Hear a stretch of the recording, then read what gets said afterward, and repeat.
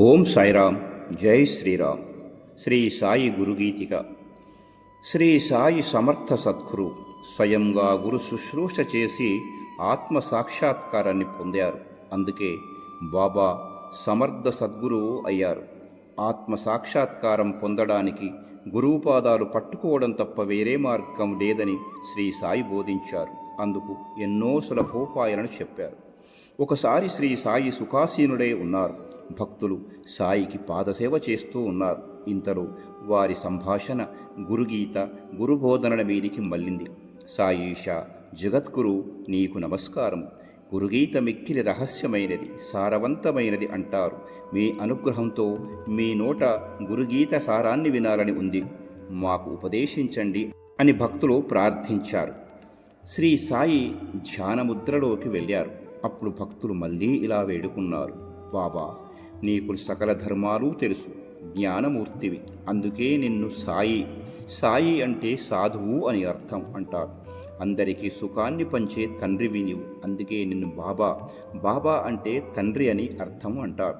కాబట్టి ఉపదేశాల్లోకెల్లా ఉత్తమమైన ఉపదేశాన్ని మాకు బోధించు. మానవుడు బ్రహ్మమయుడయ్యే మార్గమేదో చెప్పు. మీ పాదపద్మాలకు మ్రొక్కుతాము, మమ్మల్ని అనుగ్రహించండి అని భక్తితో చేతులు జోడించారు. గురు రహస్యాన్ని చెప్పమని నన్ను ఇంతవరకు అడిగిన వారు లేరు. ఇప్పుడు మీరు అడిగారు, చెబుతున్నాను వినండి. మీరు, నేను వేరు కాదు. మీరందరూ నా స్వరూపాలే. భక్తి విశ్వాసాలతో నా వైపు చూసే భక్తుల వైపే నేను ప్రేమతో చూస్తాను. కాబట్టి ఇప్పుడు చెప్పబోయే గురుగీత రహస్యాలను మీకు ప్రేమతో బోధిస్తాను. ముల్లోకాలలోని దొరకని రహస్యాలు ఇవి, శ్రద్ధగా వినండి అంటూ శ్రీ సాయి ఇలా చెప్పడం ప్రారంభించారు. ఈ మాయయే ఈ జగత్తు. ఈ మాయనే అవిద్య అని కూడా అంటారు. అవిద్య తమోరూపిణి. ప్రతి మనిషిలోనూ అవిద్య బలంగా నాటుకుపోయి ఉంటుంది. ఇదే చీకటి.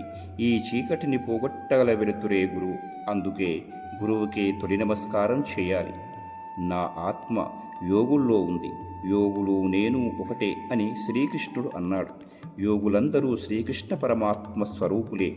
వారి ద్వారానే వివిధ కాలాల్లో శ్రీకృష్ణుడు జ్ఞానబోధన వ్యాప్తి చేయించాడు. కాబట్టి ఎవరు గురువు అతడే సాయి, ఎవరు సాయో అతడే గురువు. వేదాలు, స్మృతులు చెప్పేది ఇదే. ఈ సత్యాన్ని విస్మరించి గురువును, భగవంతుడిని భేదబుద్ధితో చూసేవాడు మహాపాపి అవుతాడు. గురువే పరబ్రహ్మ, అంతకన్నా వేరేది లేనే లేదు. ఈ పరబ్రహ్మ స్వరూపం జగత్తు అంతా ఆవరించి ఉంది. ఇది ముమ్మాటికి సత్యం. ఎవరి సాంగత్యం సద్బుద్ధిని కలిగిస్తుందో, ఎవరి బోధనలు సంసార సాగరాన్ని దాటిస్తాయో, ఎవరి దర్శన భాగ్యం వల్లనే అనంతమైన శాంతి కలుగుతుందో, ఎవరి నోటి మాట మాత్రం చేతనే ద్వంద్వాల, సుఖదుఖాల, కష్ట నష్టాలు, మంచి చెడులు ఇత్యాది వల్ల కలిగే తాపాలు నశిస్తాయో, ఆ యోగి రాజ పరబ్రహ్మ స్వరూపమే సద్గురు స్వరూపం.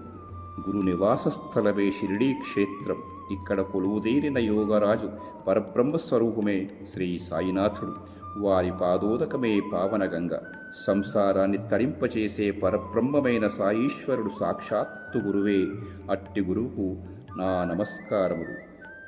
మరిన్ని మంచి వీడియోలతో మీ సాయి బంధువు శరత్ కుమారాచార్య. ఓం సాయిరామ్.